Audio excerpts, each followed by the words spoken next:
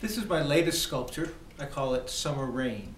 I named it that because of the sounds that it makes. It reminded me of soft rain in the summer, but also because the circles reminded me of the splashes of water you see on a pond with a rain.